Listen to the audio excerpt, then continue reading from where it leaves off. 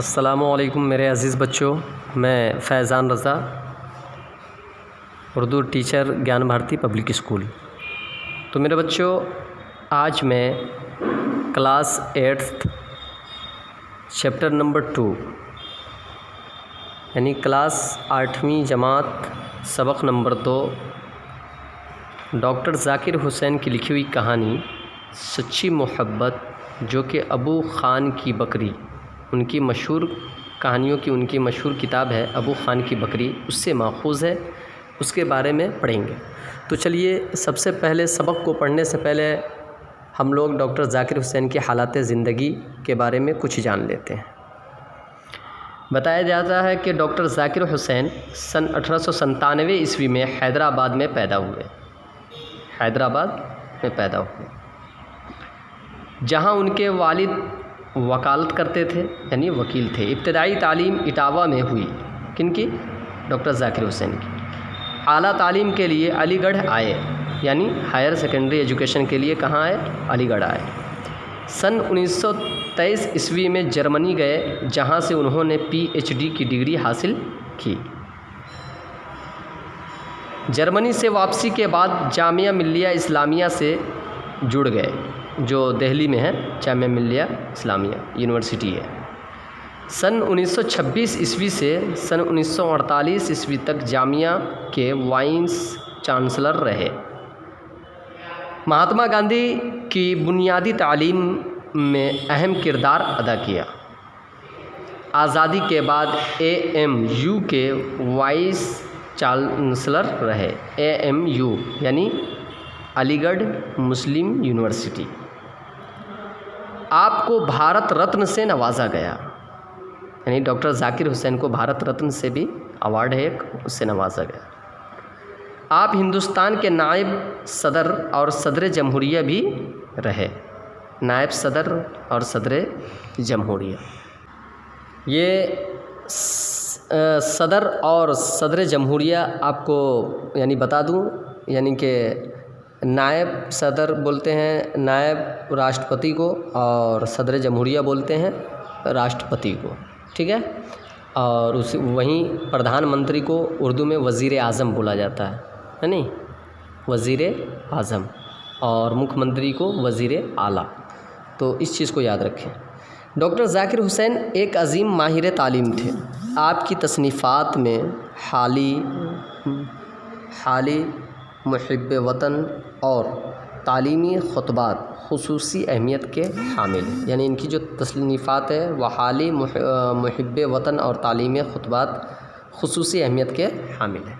تو یہ رہی ڈاکٹر ذاکر حسین کی حالات زندگی۔ اب ہم ان کی لکھی ہوئی جو آپ کے نصاب میں ہے سچی محبت، اس کے بارے میں پڑھتے ہیں۔ سب سے پہلے یہ جان لیں کہ یہ کہانی جو ہے یہ ڈاکٹر ذاکر حسین کی کہانیوں کی مشہور کتاب ابو خان کی بکری سے ماخوذ ہے۔ اس میں ایک غریب مچھیرے کی سچی محبت کی داستان ہے۔ مچھیرا بولتے ہیں مچھلی مارنے اڑنے والا۔ محبت خدا کا انمول تحفہ ہے، بالکل سچ بات ہے۔ سچی محبت نہ بھوک دیکھتی ہے اور نہ محلوں کے بارے میں سوچتی ہے، اسے روپیہ پیسہ دولت سے کوئی مطلب نہیں ہوتا ہے۔ اس کہانی سے سبق ملتا ہے کہ اگر محبت میں لالچ شامل ہو جائے تو وہ اسے بگاڑ دیتی ہے، بالکل صحیح بات ہے۔ تو چلیے اسٹارٹ کرتے ہیں۔ بتایا جاتا ہے کہ جنگل ہی جنگل تھے اور پھر پہاڑیاں ہی پہاڑیاں۔ 7ویں جنگل میں کے پیچھے اور 7ویں پہاڑی کے پرے ایک مچھیرا رہتا تھا، یعنی مچھلی مارنے والا، جوان اور خوبصورت، بہت ہی خوبصورت اور جوان تھا۔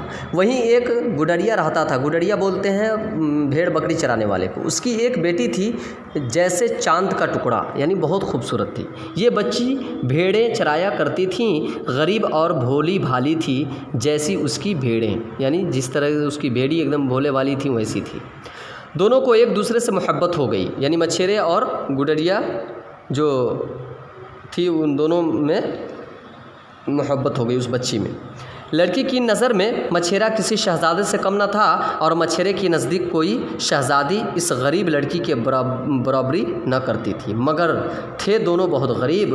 مچھیرا یہی سوچا کرتا تھا کہ اس غربت میں شادی کیا ہوگی، ہو بھی گئی تو گزارا کیسے ہوگا۔